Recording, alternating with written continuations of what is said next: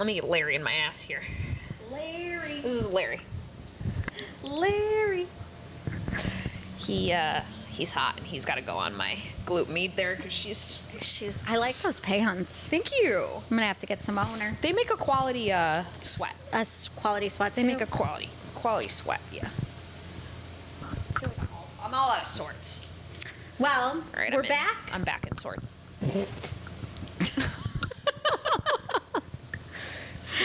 We're back and not really together. Yeah, we're not. It's also the middle of the day. There's absolutely no reason I shouldn't be together, but here we are. Just fucking. No, I have a headache. I'm sorry, why? Have you drank enough water today? Probably That's my not. favorite thing to say when someone says I have a Probably headache. not. I also ran. The moment it leaves my mouth, I hate myself. I also ran, and I feel like the running sometimes gives me a headache. Like I'm not getting enough oxygen, like breathing through my your nose. brain? Yeah. That's and it not how that hurts. works, but I believe you. No, like if I don't breathe enough through my nose, I get a headache. It's Oh, I weird. see. It's like I don't know. I also think it's because my shoulders are really tight, and so I lift my shoulder. I don't know. You It's probably mentally- breathe through your scalenes here in your neck, which you're not supposed to do. Yes, exactly what I thought. You're supposed to breathe from your diaphragm down Right? here. Yeah, I know. It's terrible, terrible. I need to work on my breath Speaking work. of the running, because the marathon just happened, and I saw these people out there, and I was like, should I run? No, same. So now I think I'm gonna run. I don't know what the fuck I'm gonna do when the winter comes. I don't want to give up, but You can go on gonna a treadmill. ugh. There's like the treadmills that now, like, you know, the ones that have like the ridges in it that mirror outdoor, or Out. find indoor track, or, well, yeah, that's pretty much it. Or you can go outside, but I don't like running in the outside when it's cold because I get this like burning sensation in my chest In your and my chest, throat. yeah. I'm like, I think maybe I'll just like give it a go. I was gonna start yesterday, and then I couldn't find my headphones are gone. So Yeah, my journey with running, which we'll get into later, but has been really interesting because I tried to run. Darius and I were both training for the marathon, and then all of a sudden, like out of nowhere, I get to like mile 5, and I'm like, "Fuck, my knee really hurts." Yeah, and I'm like, "Oh my I god, oh my god, oh my god!" Then I was like, "I'm just gonna get some cortisone shots and like help." Ugh. Did that, didn't help. So then he's like, "I think we need to get an MRI," and he's like, "Yeah, you have a bone bruise." Who the fuck gets a bone bruise? yes, first of all, yes, So yes. then I couldn't. I remember this journey. Then I couldn't run, and so now I'm like back on my running, but I'm not running like far distances. I was thinking like, as much as I'd love to do another marathon, I think maybe a half. I'm thinking a half perhaps myself. Yeah, like I think like a half would be a good. I'm a good saying this amount. right now, and I need somebody that's listening or watching to this to fucking text me in a month and be like, "How are we at with the running?" Because I'm trying to actually like Maybe, girl, everything's fine. We'll run a marathon. girl, everything's fine. Run club. Yeah. No, I just Well, before we get into all the running shit, how you doing? Oh, I'm just great. I wrapped up my work week about an hour ago, so. It's really tough out here. All my friends are going to be in town because the Palm Crit conference is here this week. So What do we got planned? my one friend who listens to this podcast, and he was like, I was going to bail on this event until I heard you talk about it on the podcast. He was like, do you think we could like go to like Lou Malnati's or like touristy shit? So very Chicago stuff They happening. have like there's like, it's a 4-day thing. It starts on Sunday, and like a couple of them are speaking, and like they have to, there's a dinner they got to go to and like that kind of thing. But I don't know. Well, maybe like hit up the clubs. probably not, because my friend's bringing his like newborn baby, so like that's not gonna. So baby doesn't like to club. All these people are more elderly than I am as well, so Yeah. they're not. So just like some nice dinners, Chicago stuff. Yeah. I mean, I'm not Nice. taking a trip to the Bean or anything, but Why? I don't know. Did you hear there's someone stuck in there? Inside the Bean? I'm kidding. Oh. You haven't seen that all over like No. so when was it? I forget when it was, but they were like, there were these people outside and they're like, someone is living inside the Bean. How would they have gotten in? Is there a They door? said they placed the baby or whatever in there when they made it's like conspiracy shit that's like wacky. Really? I gotta look into this. Yeah, it's wacky. It's wacko stuff, but If I was stuck in that thing, I'd be begging for somebody to get me I'd out. be screaming. I would be like, this is fine. No one's stuck in there. Let's just call it that. No one's stuck in there. But okay, that's I imagine fun. It's solid. Yeah, it's fake shit, fake news, fake Interesting. news, fake. I lies. do love a good conspiracy, but that's not one for me. No, No, yeah. So, yeah, how about yourself? How are you? I have a headache right now. That's that. I've been traveling like this entire month. Next week I'm gone Monday through Thursday in New York. I'm excited though. I booked some like studios that I want to visit, and my friend lives there, so we're gonna do some dinners. And I love New York, so it's always fun for me to like go visit. It's a great place to visit. I could never live there. I know couldn't live you there lived there, anymore, but but like, I don't think I could I'm just live there. excited to get back. Like I haven't been back in so long. Yeah. So I have that. I started watching the British Bake Show. Oh, you know, Great American British Yes. Bake or Great British Bake. Something like not American. It's British. It's so fun. It's like so dumb to watch, but I really like to watch it. And Love Is Blind, of course, which is another really I fucking never got dumb into show. the baking or the cooking. Oh, I watch all of it. You'd think I'm like an amazing chef. I'm not. You're But you would think I could like bake and cook, and like for the amount of Food Network and like cooking shows that I watch, I also watch like Next Gen Chef, another dumb one, but I really like to see what Olivia Culpo was wearing each week. So How about speaking sort of this? So there is a man that was hired alongside me. He does my role in a different territory, and he was in New York City this past weekend for a wedding on a Monday, which is I have the a Sunday wedding. strangest thing ever. That seems more normal than a Monday. Yeah. But anyways, he Cheaper. like texted me on this. Well, he came back Tuesday, so Wednesday morning. He texted me on Wednesday morning just to like be like I'm back, blah blah blah. And he was asking me, he's like, so strange question, but do you watch reality TV or what's that show everyone when I Turned Pretty, the summer when I turned pretty or Oh, whatever. yeah. And I was like, is he just asking me this because he thinks I'm a teenager? And I was like, I mean, I watch reality TV, and I was like, but no, I don't. All my friends watch the summer I turned pretty. Yeah, I I tried watched and it. the acting was It's cringy or whatever. horrible. And then he sent me all these pictures, and he was in Central Park hanging out with one of the boys, the main Connor boys, or Jeremiah. Jeremiah. Oh my God, how cool! Yeah. And then I guess he saw Adriana Bierman and her like boyfriend Who's that? from Next Gen NYC or whatever that watch reality that. show of it's like rich kids. Like the younger and kids. she's somebody's Daughter. a housewife who lost her mind, I think, at some point. Awesome. Anyways, he was like, yeah, we had drinks with her and her boyfriend, and they told us that they were breaking up before they released it to the media. And I was like, oh, okay. That's like, awesome. Interesting. Yeah. But I was like, yeah, he That's sent me all similar these, to like my experience he when I go there sent me next all these week. pictures of like the So he's pretty cool. whatever. And I was like, I don't know any of these people, but yeah. Do we think he can get Jeremiah on the pod? Probably. I mean, I don't know. The guy's been in sales for 20 years, so he can probably figure it out. But yeah. All right. Anywho. Well, let's go back to marathon. Distressing things. Did you get your nails redone? I did. And you got the same color? No, it's a little bit more brown. I did the same exact fucking thing. It's a little. Yours is Mine's a browner little than more mine, purple. or purple. Yeah. So I went like a little bit darker brown. I copied your cherry red last Yeah. time, and then I got mine just a shade darker.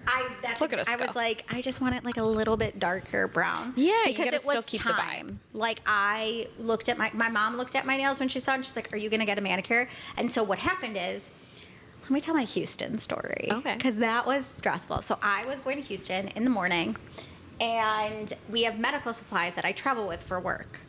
So I checked a box. Like, okay, instead, like, we'll eliminate all the shipping, make sure it stays with me, but it's liquid, so I can't Put it in your carry-on. take it with me. Yeah, I yeah. have to check it.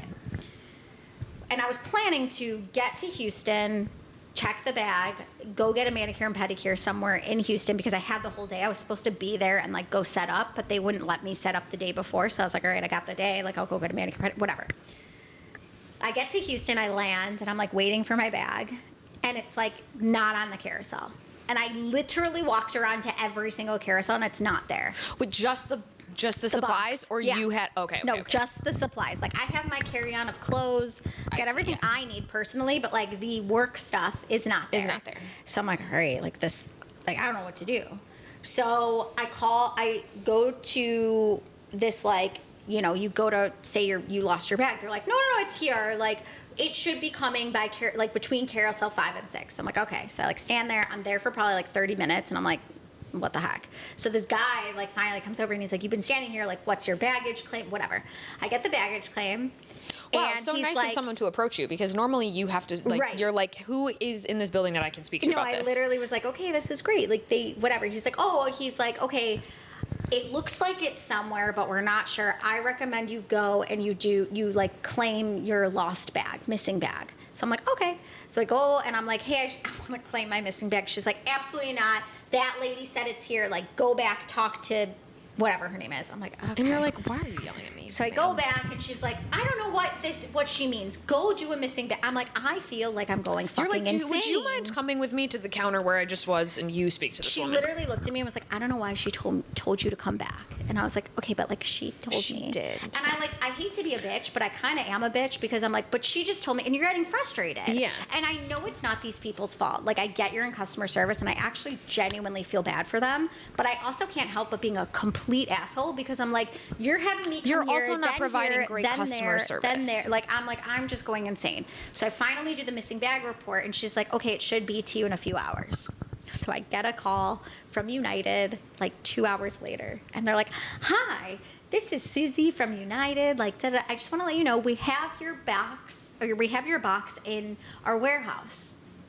And so I'm like, "How did this get to a warehouse?" And she's like, "It is not at the airport anymore. It's now in our warehouse, and we will FedEx it to you by 24 hours or something like that." And I was like, you don't understand. Like, I need this tomorrow morning at 8 a.m. I'm like, that's why I took it with me, because I need it tomorrow morning. And she's like, oh, I see. And I'm like, I get you're in a fucking script, but like, I'm getting frustrated because Susie. I genuinely just need this. And so she's like, okay, well, we can try and ship it FedEx to get to you. And I was like, by 8 a.m. She's like, first thing, we just don't know when. And I'm like, that's okay. not I'm like, well, if helpful you can't get it to me guaranteed like tomorrow, like before the end of the day, whatever.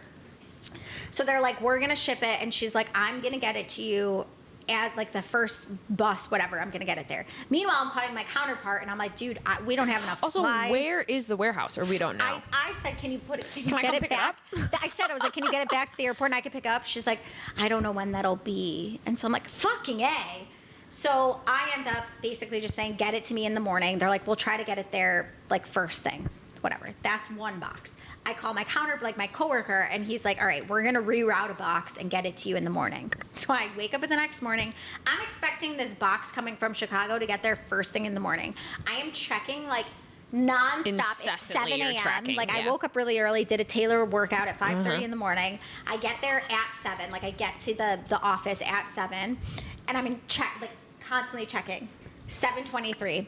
We tried to deliver your box, but the business is closed. And I'm like, now I gotta go yell at a different business. So I get on the call with UPS, and this woman is like, I see.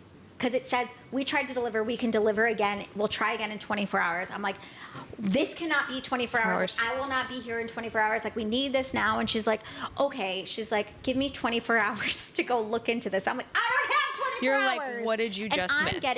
I'm getting now mean and aggravated. Yeah. And I don't like to get that because I do genuinely feel like these people, like, it's not their fault. It's not their fault. I know. So I'm like, I just need the box here. And But she's also, like, it is frustrating when you're like, I need it before, like, I'm not going to be here in 24 hours. And for her to then repeat, we'll get it to you within the next 24 hours. And you're like, no. right, you just get so, and I'm You're like, sitting you're not here, listening to me. I'm sitting there like, I want to be nice to you, and I genuinely want to like not be an asshole because I know people can be really rude. So, a long story short, she's like, all right, give us an hour to look into this. And I'm like, I just want to let you know that the hour long that you're going to take to investigate that is an hour longer that this UPS driver is getting further and further away from where he just was. Yeah. And so I'm like, that's fine. I'll give you an hour, but like, I just want you to understand that. Like, pick up the fucking phone, call the UPS driver, and tell him to come back. Yeah. Meanwhile, I'm looking at my FedEx thing that says it'll be there by 10:30. We have appointments starting at 8 a.m., so I'm like, this is just a shit show. Yeah. Long story short, UPS doesn't even call me back. It just arrives at like 8:30. Like, thank you. And United arrives at 10:15. So we had all the boxes, and all's well that ends well. But it was very stressful, and I didn't get my manicure in Houston. That's where this all came from. I didn't get my manicure in Houston, and I got it last night. So, Wow. yeah. It's the worst. Shipping is the worst. Yeah. Especially when you like need, you know how many times I've like I've paid money, extra money, like $60 extra to overnight something like home for like a birthday or a holiday or whatever. Jason was like, we just paid $700 to ship this box that I don't know, like didn't get there on time. Like, I'm just like, how did I pay extra for this service and it still is late? It's still fucked up. Yeah. I don't understand. Yeah, they got to sort that out. It's 2025. About to be 2026. We'd get there faster if we ran. I'm just adjusting Larry there. Yeah. Yeah, back to the running thing. Do you think it's funny that we're talking about running or like a different type of exercise and you're sitting here like basically injured? I know. And you want to know what the best part about it is that all morning when I was working out, I was like, I shouldn't do this. And then I did it. And then I come home and I'm like, it hurts. That's and how I feel about running. Well, so then this is the thing. So I asked Thomas in the car. Him and Jerry went to have a family farmers market Sunday. And I said, I think I'm going to start running. Would you want to run with me? And his immediate response was like, Taylor, I can do anything. So like, whatever you want to do. And I was like, okay. And then like, I brought it up again. I was like, yeah, I think I'm going to run. He's like, yeah, though anything over a 5K though, you can count me out. I said, I thought you said you want to do anything. And he was like, listen, I support you in everything that you want to do. And he's like, but let me tell you something.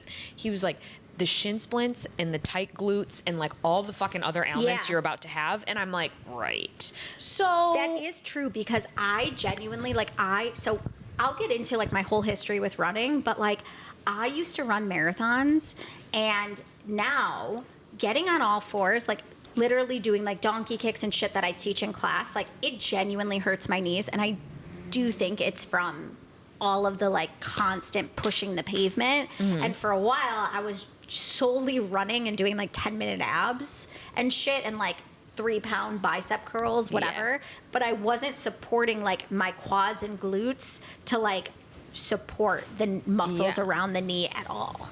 Well, yeah, and so that's what happens. It really does fuck up your body. What you don't realize is that the attachment site for your IT band sits right at your glute med. So like if your butt is tight, that's going to pull on your IT band, which is then going to pull on your 100%. knee. And it's not even a knee problem that you have. But unless you're like conscious of that, 100%. You're just like, my knees suck, my knee. Actually, no, your glutes are tight. But like you would never, without somebody telling you that. And we don't stretch enough.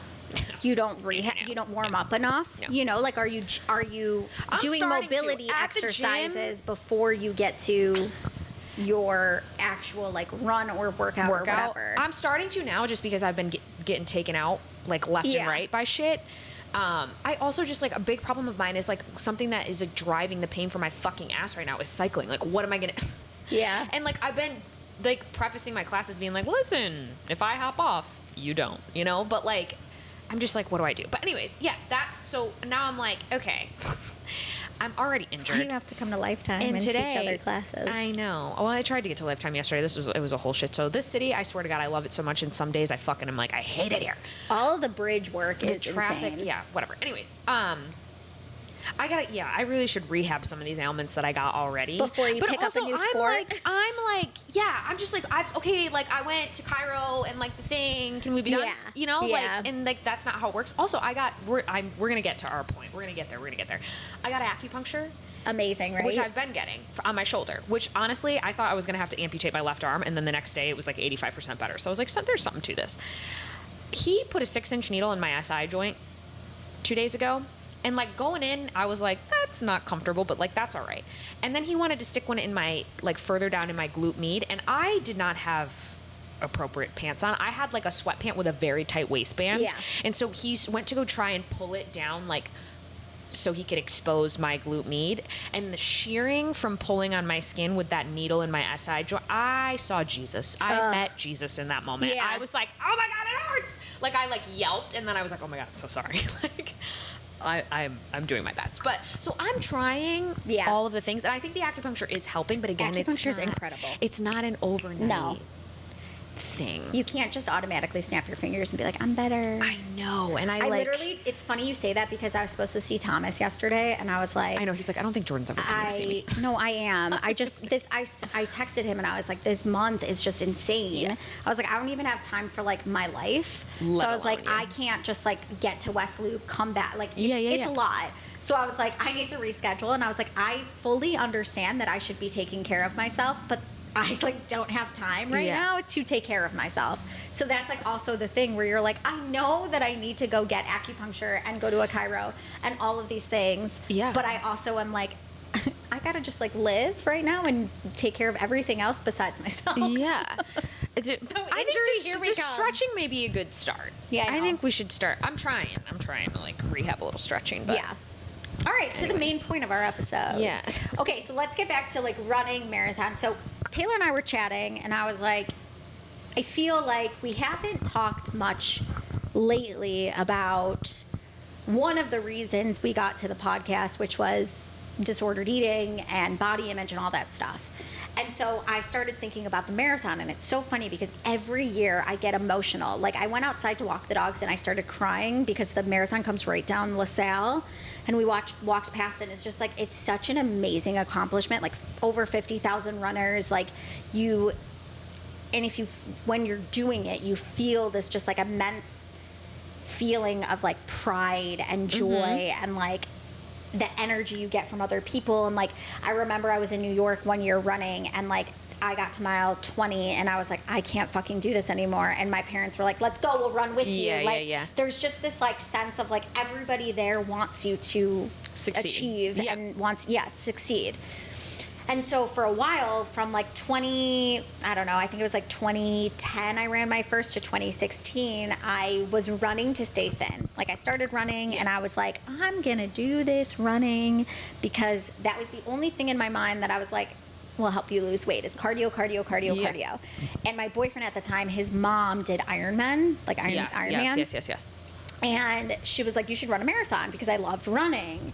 And I was like, sure, yeah. So my boyfriend and I at the time, we did our first marathon together. We did Philly, which was a really flat, easy, really good first marathon. And what's funny is when we talk about stretching, is right after we finished the marathon, we got on a plane, sat, and went back to New York. So it's like, we didn't run at all. We didn't rehab our body.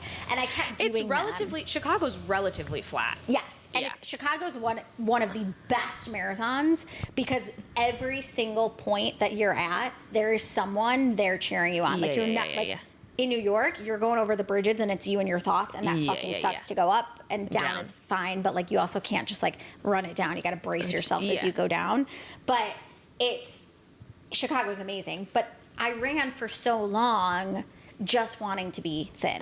Like, that's it. I did raise money for charity, which was amazing, but like, I never had this feeling of like, I love running. It was like, I loved the feeling of knowing that I was going to stay thin. And what I also was texting you about is the way I would fuel myself after my runs was so unhealthy. Like, I would have a bag of shredded lettuce. I would chop up some carrots, chop up some vegetables, put it in. I would cook a Dr. Prager's veggie burger. Those were elite veggie burgers, though. I must say. I mean, they are so good. They but really were. I remember specifically it was 100 calories. Yeah. So I just run 17 miles, and here's my refuel. And so when you did marathons, you weren't like carb loading then? Obviously not. I would have like some pasta beforehand, but like, no. And I was so mentally focused on like the goo you'd have to drink, which now they have like little bites and stuff, but basically to like replenish your electrolytes, like make sure you're replenishing yourself. I was like, these are 100 calories. So like, I was so mentally focused on calories.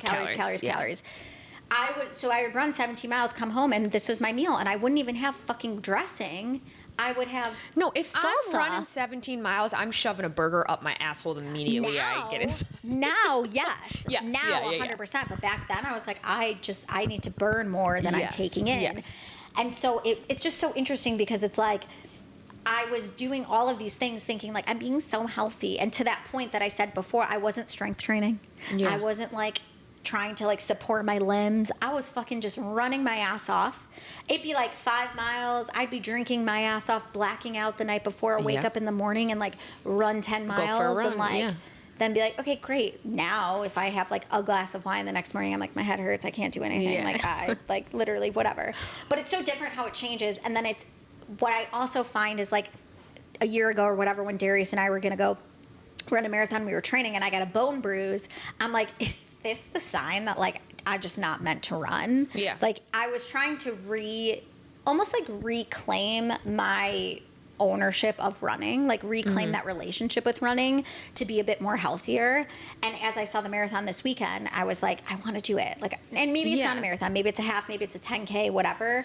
I just have this feeling of like that feeling when you walk through the finish line is like, you can't describe it. Like Yeah. you literally cannot describe that feeling of just like accomplishment and joy, and like you could like hug the person next to you, or like I remember some of the marathons have like your name on it and people are just like, go Jordan, you got this, Jordan. Yeah. And you're like, that little sense of encouragement from a random ass stranger is like all you need to like push a little bit harder, more. yeah.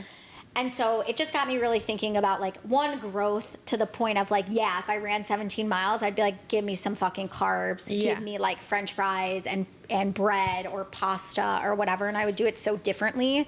And someone asked me, I storied like, I definitely want to do a run again. Maybe it's not a marathon. Maybe it's just like the 5K, Yeah. you know, Darius and I did the Shamrock Shuffle, which is like so fun. And I did the Santa Hustle a couple years ago. It goes through Navy Pier too, except there's a snack like every 8 feet. Like Great. and that was why I did it, because I was like, run gummy bears, run cookie. Like I was Yeah. like, this isn't real. but like it's like, you know, those are the things too where it's like, as much as I want to do that to the point we just talked about of like rehabbing your body and like all of that stuff, it's like it's a lot. It takes a toll on your body.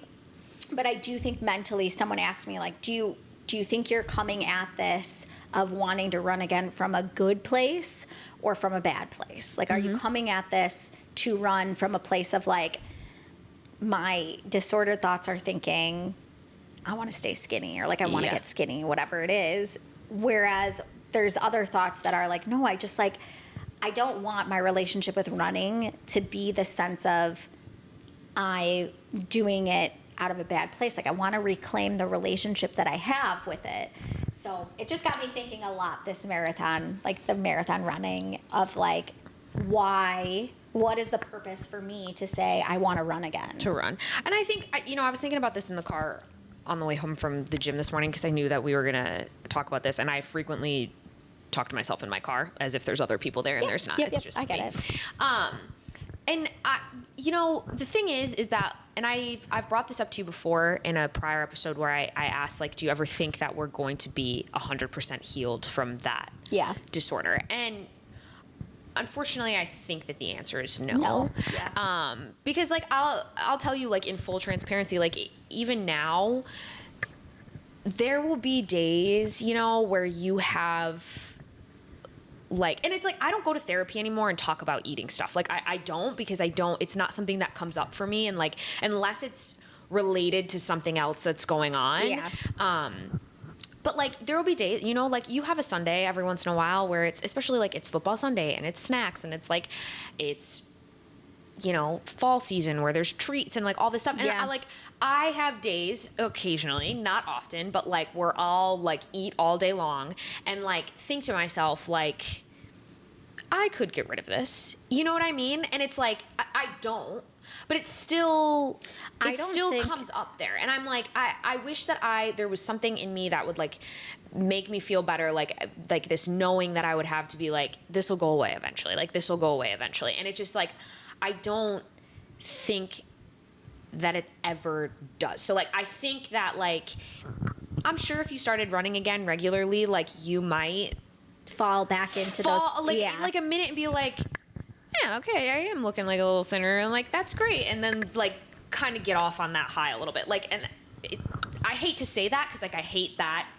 No, I agree with you. I really don't think that our disordered thoughts and all, like, I don't think, unfortunately, they ever go away. I think whether it manifests through exercise or through food or through something else. Like, I know that my like anxiety, like my eating disorder was also caused by anxiety, and it manifests in so many different ways today. But I think like the growth is obviously how we've learned to like combat those thoughts, to not go through with, purging, to, yes, you still have those thoughts, because I do think that there's like, it's something that just like lives within you. It like becomes part of your being. And like, I think you just learn how to like quiet it. Yeah. Or just like accept that part of you. Like that was a thing that I was, and it's ingrained in. I mean, it was a huge chunk. That eating disorder was part of my life longer than some human beings have been part of my life. 100%. And I think too, like that voice was like a habit that you had, and like habits are like things, or like it's like ritual, like routine. Yeah. Like that was a routine habit that like excuse me, that we had to break. And you have to try really fucking hard to change that. Like, I still to this day, I'll be like the other day, I literally said this to myself where I was like, it's so late. Like, I think I landed, it was literally 3 days ago. I landed from Houston late and I had like a snack box on the plane. I was like, this is a really great dinner. But I was so late to get to the airport. Like there was no, and I didn't have any food, but I was like, I know I'm hungry. And when I landed at 11, I was like, I could eat something at home, or I could just like go to bed. And mentally I was like, I'm hungry, but also there was a part of me that was like, what's the point of eating this late? Yes. Like it was like, it definitely, it came from like. It screws with you a little bit. It messes with you. Yeah, 1,000%. And there's things that I hear, you know, people say, and I see like of like earning your food and having to like work it off or whatever it is. And those are things that still play in my head that I have to fight to be like, I don't need to earn my food. Exercise and like movement can really be a place of like feeling good, but I don't have to punish myself because I had a burger, or I don't have to restrict and over exercise to look a certain way. Like there definitely is the like, you know, the sense of like you do need to like eat a balanced diet. Obviously there's so many things that go into that, and then also like exercise so that like you feel good, your body like functions right. Like there is the science behind all of that, but I think there's the extremism of what we had done that is so hard to fight against even today, even as far as we've like gotten. You know, like there's memories that come up or things that come up that we're like, I want to do that again. And it's like, well, you really have to think about like, is this a place of good? Like, are you moving from it in a place of like being quote unquote healed and a positive way, or are you moving towards those things because it's coming from a place of like shame and doubt and fear, and, you know, like I genuinely want to like do a race. Do I think a marathon is the best for me? Probably not. It's just emotional to think like of my past of doing them, and like that almost like negative relationship I had with it, even though it was so positive, if that makes sense, to now be like, I may never do it again. And that's a hard thing to come by. But I do think there's so much growth in that as well. I think too, the shame piece is so much different now. Like, I think I hid my eating disorder for a long time because I just was like, I don't have a problem, but like, I don't want people to know that I'm doing this, is like the way that I framed it. And now, like, when I think about it, and like in those like weaker moments where I've been like, you could eat this whole pie and then get rid of it, or like whatever, not that I even eat pie, but like that was the first thing that just came to my mind. I think of like, it's not even like shame. I just think of like Thomas, or like him finding out and him being like so sad for me. Yeah. I think is just, it's a totally different. I used to be so worried about people knowing because I thought they'd think she just wants to be thin, or like whatever the narrative was. And now I'm like in such a different place where I'm just like, one, it's not something that I want to do for many reasons, but when I think about like the other people being involved in the story the way that they were before, it's such a different view. Like, I'm just like, I think he would be heartbroken, and that would like make me heartbroken. You know what I mean? And then it's crazy that I sit here and I say like him being heartbroken would deter me, but breaking my own heart wouldn't deter. You know what I mean? Like, it is a weird mental game. But I think that the concepts exist still, and it's just the way that you can process them or understand them is different. So it's like, the thoughts come up and they're going to keep coming up probably forever, and maybe just less and less over time. You know? So what's one thing that you do, like when these thoughts come up, is there anything that you do that's like a tangible thing that you're like, okay, I know that when these thoughts come up, I have to do X, or I have to like, because like I think there's likely people out there struggling. There's likely people out there that are going through what we went through, and now we're like years past it. But that doesn't mean that, obviously, you know, if you are someone who struggles, like, you know that these things are not easy to just like get over and like be fine. Yeah. I mean, I wish I had like a tangible hack. I think like the biggest thing for me is like, I just find a way to talk myself off the ledge, because in a way too, a lot of people that are in my life come to me for health and wellness things. Like, I have friends that ask me about workouts, and like I've had people ask me about their eating, and not that like I'm an expert in that or by any means, but like I sit here and I always have such a strong opinion to give to everybody about like their personal, not a strong opinion, but I'm just like, I'm never going to be like, I'm not going to bullshit you about something, you know? Yeah. And so like, I think I just like, am like, who am I to sit here and also be this like person that's in the fitness industry and be this person who's like putting themselves out there and all this stuff? Who am I to like falsify who I am and who I'm being if that's not actually like what's going on? Like, who am I to be this? Not that I'm like a figure by any means, but still, like, it's like an internal struggle that I have. So I just like, and I'll perseverate sometimes on it for a little bit, and then I just get to this place in my head where I'm just like, that it's just like not a life worth living anymore. Yeah. And I know that if it started again, it wouldn't just be like a one-time thing. Yeah. You know what I mean? Like, I might be X amount of years away and X amount of therapy sessions away from where I was, but like it's one of those things where you're like, it would become a problem again very quick, because you would be like, that was easy. You know what I mean? Like, which sounds sick, but like, no, I think to that point too, it's like, I would say for anybody, if you're in the depths of struggling, like, go talk to someone, like, seek help, because I think I don't know if I said this on the podcast before, but like, I had a therapist where I was talking about my anxieties and eating and whatever, and her response was like, I don't understand why you feel that way. You're so pretty or whatever. Yeah. And I'm like, you're not a good therapist. Like, someone who's telling you that like they don't understand why you feel that way is like, they don't need to understand, but you feel that way and your feelings are valid. Mm-hmm. Like, that's all that matters. I don't care what you look like. I don't care whatever. You could be a great personality. Your therapist should not be telling you they don't understand, because your feelings are your feelings, and that's that. Yeah. Finding someone who can really help you, who you can be honest with, because I think a lot of times, especially as someone who hides eating disorders, you know, like a lot of people who do, you're not really honest. You're not honest that you don't fuel yourself, that you restrict, that you binge, that you purge, that you whatever it is.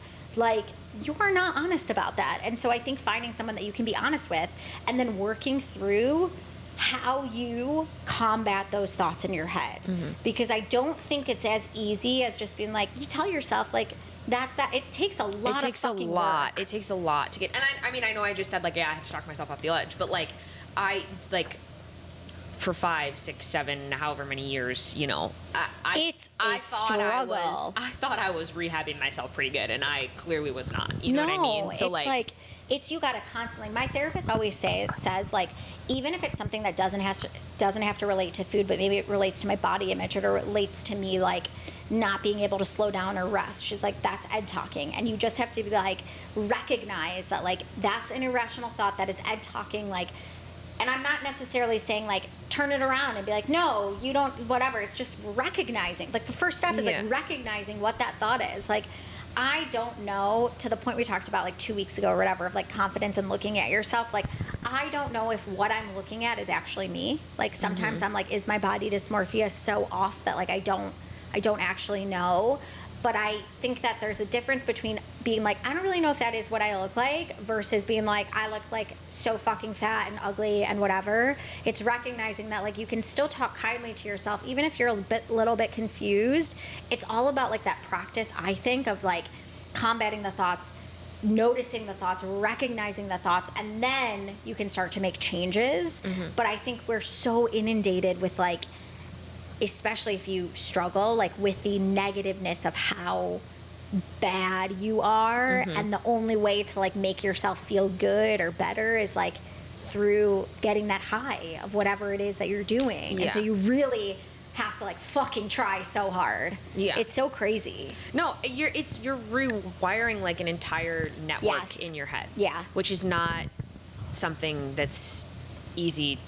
First of all, it's very hard to conceptualize that also. It's very hard to conceptualize the fact that like you have this like memory network where all this stuff that is tangled that you can actually, with a lot of work, undo. Like, that's a crazy thing to wrap your head around, because you're just like, but how did it even get tangled like that to begin with? Like, I don't even know how I got it there, and now you're telling me that I have the ability to undo it? Like, no fucking way. Well, and now you're telling me that I have to work really hard, and then to that point, I'm also being fed messages constantly through the internet, TV, billboards, whatever it is, of like ways I can change myself, snatch myself, get my bikini body, lose 50 pounds, whatever the fuck it is. And it's like, where is the truth in all of these messages? Like I just posted something that was like, like the girl who's telling you that if you do this one move, because I've been seeing it so much lately where it's like, this one move will snatch your waist and have you have an 8-pack. And I'm like,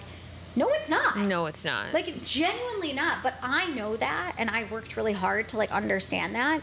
But I think, 18-year-old Jordan would be like, I'm gonna do that one move. Like, do you know how many times I did 7-minute abs on YouTube? Oh, I never did YouTube 7-minute abs, but I did abs like it was going out of fucking style. Literally. Like, I was not going to be able to participate in an ab exercise again if I didn't get it in right now. Like, and I would run an hour, 7-minute abs, and that was my workout, because that's mentally what I thought was healthy what you're supposed and to do. Great.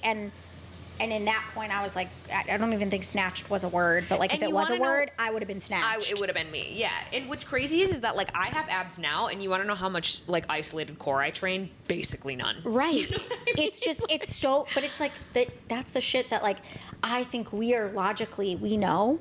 But then if you're scrolling through social media and you see this chick with like a really nice body, and you're like, oh, she does this one move. I've had friends fall victim to it. They like spend, they want to spend $80, $90, $100 a month on so-and-so's like 5 or 6 week plan of like yada yada. And I'm like, I could give that to you for free $99. Yeah. Like if that's what you're looking for, but because it's aesthetic and like this is the way she looks, and like it obviously like has to be the way to do things. Totally. And like she's sharing there's what some she nutrition eats in a day. I was just gonna say, I'm like, oh, there's some nutrition tips in there. So like obviously, and I'm just like, you're wasting your fucking money. But like I've done it too. Like back in the day, like I think we talked about this, the Kayla It signs. Yes. Yeah.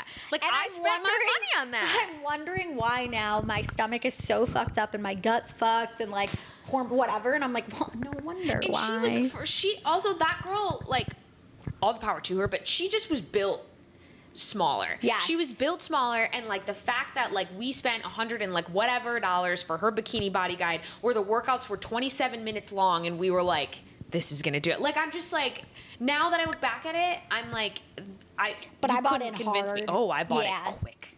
But it's like all this shit now, it's just so different, because it's like now you've just got a million different people literally sharing the message that it worked. Like the message of do this one move and your waist will be snatched works marketing wise, because it's quick.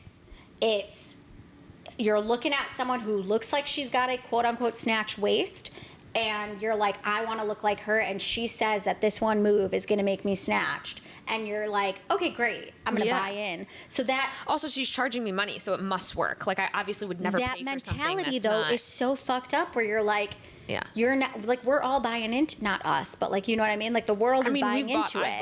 I've bought in before. Yeah. Like I literally, okay, this is the other piece of like, they just had the Victoria's Secret fashion show, this weekend. I totally didn't even realize that was going on, and then I saw like it's like all images. over. Yeah, I didn't watch it, but it's like all over the Instagram and stuff and TikTok and whatever.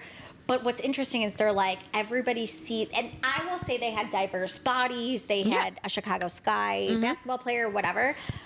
But it's still like, I saw people being like, I just watched the Victoria's Secret fashion show and I'm not eating for 4 days now, and I'm like, that I don't think that's like, if I was in a fashion show where I was like half naked, would I be like working on my body and like eating healthy? 150%. But I also now look at it and I'm like, I don't need to like now restrict myself. But that's also not long-term sustainable. I will tell you that, like, and I don't know anything about anything, but like those women that prep for that show, I'm sure they cut out X, Y, and Z, but they do it for that show, and then they go back to living their fucking life where they eat and do and whatever. I mean, some of them that are long-term models are, again, just built that way because that's how they became models. They're 7 feet fucking tall and they're stick thin. Like, that's their genetic makeup. But like most of those people, I tell you, will go back to eating the way that they were eating. This girl, she went to the show and she was like, I went to the Victoria's Secret fashion show. She was talking and she's like, and I really wanted to be like, okay, now I'm going to eat healthy and I'm going to work out. And she's like, and then I got home and ordered an entire pizza to myself. And I was like, thank you. Yeah. Like, I mean, they're all the different sizes and beautiful models. Like, they all have amazing bodies in their own. And I'm like, you still need to normalize, like, to your point, that's how they're built. Like, they're built a certain way. And you have to think, like, these people that do like body competitions, like the show, like, do you see how quickly those people turn from like their normal selves into the most lean version of themselves ever? It's not that it can't be done, but do you also see how they have to eat? Yeah. Like, in such an aggressive calorie deficit and so plain and like just like, and whatever, they're competing for a show and that's what they like to do and like cool and great, whatever. But could you imagine that being your entire life? I can't. Constantly and all the time. I'm just like, I like to eat. Like, I don't know, you know. Yes, ma'am. Like, I'm just like, fucking, I want to eat food. It like makes me happy. I don't know, like, not in a weird way. I just, no, same. I want to eat what I want to eat. Now I feel that way. I feel like, again, to my point of like, 19-year-old Jordan would have watched the Victoria's Secret fashion show and been like, I'm going on a diet tomorrow. And I would have like, would the diet have been healthy? This is just like, this just speaks to the whole fucking thing. We used to, in college, when I lived with like 3 or 4 of my girlfriends at like a house off campus, we would have like a fashion show party where we would fucking binge eat like the most disgusting food that we could, because we'd be like, tomorrow we're starting a diet. Yeah. And so we would order pizza and wings and chips and and like the whole fucking nine. Yeah. Like, eat like almost to the point where we were uncomfortable. Like, that type of binge eating. Yeah. Because we were like, we're gonna watch this and like hate ourselves, and then tomorrow we're gonna starve. Yeah. You know? And it's crazy. Like, no, I used to in college. What's interesting is because I restricted. Like, I was a very, very restrictive. And the only time I would allow myself to eat was when I got so drunk, I would literally take my roommate's food. I remember one of this where I ate all of her salsa. Not like even like delicious. Not something and good. I was planning to cook a pizza, but I didn't cook it. So it was an open pizza in the oven. And then I would eat their like mashed potatoes and all the stuff that was like normal shit that they were eating, but I would never allow myself. So when I was drunk, I would eat it all. And then like, also dumbass me, then I have to go buy them more food. Yes. Like, if I had just eaten what I genuinely like wanted to eat and didn't label as good or bad or whatever it is, I would have saved money. I would have, mentally. But like, at that point, I couldn't even like think about that. I just was like, whatever. It's not clear. That concept it's not clear to you in the moment. But it's, we've all fucking done that. Like, I told you, I used to bartend, so I was out late. So I would come home and everybody would be either passed out drunk or like they wouldn't be around or whatever. And I'd be like, perfect. Now I can eat everything under the sun. Yeah. And same thing. It wasn't like it was anything. Like, I'm like, I should have just gone to fucking McDonald's when I left work and got a large fry and called it a fucking day, instead of me trying to chef up 19 different things in my kitchen that don't belong to me, that I don't even want anyways. Exactly. So, how do you feel like this impacts you as you teach fitness now?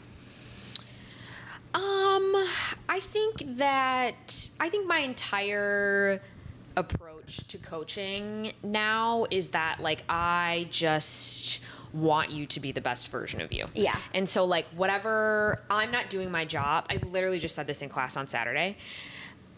I was like, because I was like lights off in the room, dark, like right about to be your like last final push of the day. Like, I always gotta, again, like, I'm not spreading words of wisdom, but like, I gotta give you something to like kind of, muster up some energy.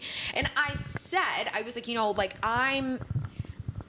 I understand, like, I'm aggressive and I push a little, but like, my job is to make you a better you. And if I'm not doing that, then like, I shouldn't be up here. And I've had people make comments. I have a girl, she comes, every week now to my Saturday class, and she's gotta be 20, 21 or something. And like, I love a matching set. That's basically what I wear. And she's like, oftentimes has something to say about the way that I look and my body this, and I look so good. And like, she wants to look like me and yada, yada, yada. And she's a cute little tiny thing herself, like, and I just like immediately divert the conversation and I talk about something else because like, I'm like, oh my God, yes, it's the fit. Like, you have to get like, and I just steer away from anybody trying to be like, because I've had that before, and I've had, I like want a butt like yours or like whatever, and I'm just making this a totally different conversation because I'm not going to be the person that influences you to do anything in your life other than what you're doing in this room. Is the way that but I don't. It doesn't come up for me. But you also teach a very different format where like, the snatched and all the things is very prevalent. It's Yeah. less prevalent in my realm a little bit. So I imagine people say more of that stuff to you. Well, I just feel like there's classes I've taken that some of the instructors will be like, we'll talk about like, this is coming up, so you've got to like look your best for it. In full transparency, where I coach, like we've sent out emails before that's like, and I forget how it was worded. Something like, it's Thanksgiving, like come in and burn, like burn your whatever. Burn the turkey off or whatever something. it is. And I've been like mortified by that email. Right. And it's not me that's sending it, but like. It's the same thing as like summer's coming up. We got to look back. We got to look good. Even if it's like summer's coming up and we got to work on our ass. Like, I don't know. There's something about that, like, summer body, bikini body. I just shared a post on Instagram today that was like the things I don't say in class, like that you will not hear from me. Like, you will not hear me say, we're snatching our waist, we're working on our summer body, we want to get smaller, or we're working on, I don't even know, like, I don't even, like, just all of that shit I just will not say. I will not say this is harder or easier, like this is the harder option, the easier option, like, because what's hard to someone is easy for someone, what's easy for someone is hard for someone. Like, so you can't really preface that if you're speaking to a group of diverse individuals. And I think there's so much of like the way that I teach comes from my past. Yeah. Of feeling like I was working out to chase an ideal that was not healthy and was not honestly sustainable or anything. Like, it wasn't an ideal for anybody, really. It was just crazy pursuit of something, and I was working out to punish myself. Yeah. And now I really want people to come into my class and feel empowered, like literally when they're in their room, to feel that I am pushing you to your limits. I am pushing you to feel uncomfortable. Like, I don't want you to come in and be like, that class was really great because I just did it, and it like, I want it to feel good, but I wanted to challenge you. Like, you're coming in and you're coming in to be pushed by me, but Also, you're not coming in to feel like shit. People don't know their potential unless you push them there. Exactly. And like even my own self, until somebody, I've been in several scenarios where I'm like, this is the heaviest that I can lift, and someone's been like, throw another plate on. You know what I mean? And I'm like, without someone telling me that, I would have never done it myself. And I'm fully ingrained in my fitness game. When I'm teaching bar, and similar to you when you're cycling, like you're doing it. And so people are like, you're getting the workout too. I'm like, I'm not. Because the second I don't want to go further, or I don't want to push it, I put it down and I start coaching to you. And I start telling you what it is. And I'll walk around to look at your form because I don't want to fucking do the work because it's not my workout. It's not, If I was actually doing it, I wouldn't be able to speak as well as I, as I am. I wouldn't be able to push you those last 8 counts. I'd be like 8, 7, 6. Yeah, we're done. So I think there's just a different way of coaching, and you can tell. I think the people who are like using affirming language versus the people who are using those like work out for this, like, to get that summer bod, bikini bod, like whatever. You can tell those people are coaching, and I think a lot of people now. A good thing is like they're turned off by that language when they hear that in a room, where it's like, it does make me feel a little uncomfortable. It could be the best class in the fucking world, but it's like that language is just like it's a little bit uncomfortable. Why are we trying to get people to just like look and feel their best for a period of time? Why do we just want a summer body? Why do you just want, like, don't you want your best health and wellness all of the time? Also, don't you feel like you're that bikini body is like, I'm shaming myself to look a certain way versus like I'm empowering myself to like feel my best in my everyday life attire, whatever it is. Like, why do I just want to look good in a bikini? Why wouldn't I want to look and feel good all of the time? Right. Like, I think it's buzzwords and it's sales, but it's a weird thing.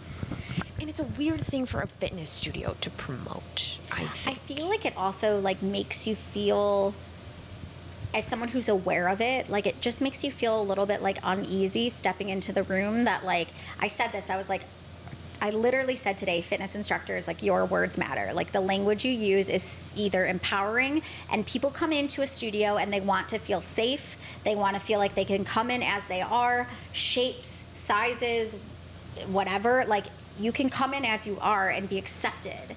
And the studio that says you're working towards a bikini body or you're working towards burning your food off, whatever it is, or like you need to earn your breakfast tomorrow, whatever the fuck it is, it's like, I now don't feel safe because I feel like I've done something wrong or I'm doing something wrong. You know what I mean? Yeah. I don't know. I get it. It's a pretty crazy world we live in as far as like language around fitness and body and all that. Yeah. I mean, some days I think we're better, and then other days I'm like, we're just as fucking bad as we've always been. Some days I think we're better, and then some days I'll see something and I'm like, the fuck? Mm-hmm. Yeah. It's... Especially in the influencer era, there's some people that I'm like, I wish you would just fucking shut your mouth because you're really making it a lot harder for a lot of people. 100%. And I think they mentally, like, I don't necessarily think when I look at it, I'm like, you're coming from a bad place. I think you think you're helping people. Like, I genuinely think they're sitting there, like, this just falls. But I'm like, you are not helping anybody. And this just falls in the realm of people acting like experts on things they're not fucking experts on. Like, amen. You can just get whatever religion you want to thank me in.